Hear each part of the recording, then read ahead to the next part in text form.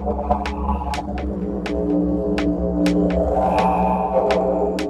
think it's really important to talk about open networking because although we've been dealing with traditional vendors for such a long time, the world is changing every second, and every time I look at the technology in the industry right now, there's a fundamental shift to, obviously there's a lot of there's a lot of requirements around cost cutting.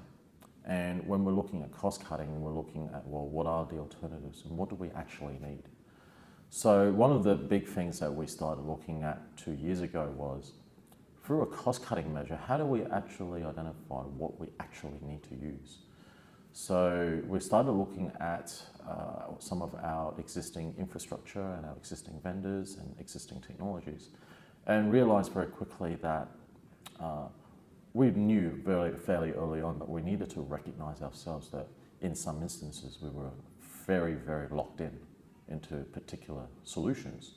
And our entire roadmap and design methodology was based on those roadmaps. So we didn't have the flexibility that we needed to create the infrastructure that we really wanted. So we took a program to basically look at how we can change that in moving forward. And we realized one thing that we could do is something called disaggregation.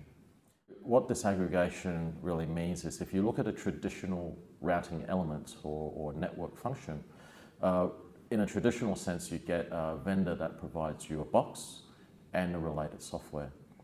But in most cases, it's bloated software. There are certain things within the software that you don't actually need or don't actually use. So we've started looking at how we can disaggregate that. So what that means is we can pick hardware that does what we need and then pick software that does what we need. And the premise being that we can maintain the software while changing and upgrading the hardware as we go, or we can maintain the hardware and change the software if the software no longer matches what we need moving forward. So that was something that we looked very deeply into and started implementing within the company.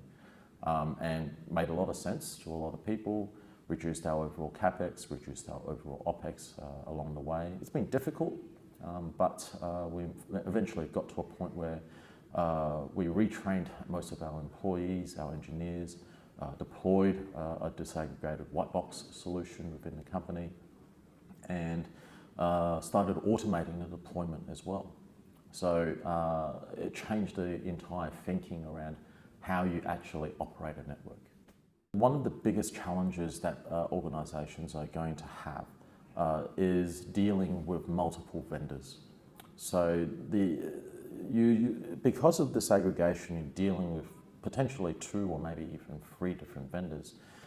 There will be a lot of finger pointing going on. And whenever you have that occurring, you never really solve the problem. The organization really needs to think about how they are going to manage multiple vendors. That's the first thing. But then the second thing is ensuring that there is a comprehensive and detailed strategy around operational readiness, making sure that there is a manual that someone has created about, if this happens, what is the next step? Who is going to be responsible and who are they going to call up? And make sure that there is a very structured way of approaching this. I think that the organisation ultimately needs to be responsible for such a document. However, I always say co-creation. I think co-creation is a very, very important term that needs to be accepted in the industry and the community. We need to be co-creating not just new technology and functions, but also operational procedures together with the vendors that you're dealing with. And that not only goes along to the vendors, but potentially even customers in moving forward as well. It's all about co-creation. So I wouldn't leave this to any vendors to do on your behalf. The other one is ensuring that there is a consistent and basically a consistent method of looking at new technologies continuously, because it's great that you have settled down on a particular white box hardware and a particular software that runs on it. But you need to continually ensure that the hardware is up to date. You need to continually ensure that the software is relevant moving forward. So it's a continual battle against operational requirements to make sure that it continues to work, but also making sure that it's still relevant in 2 or 3 years' time.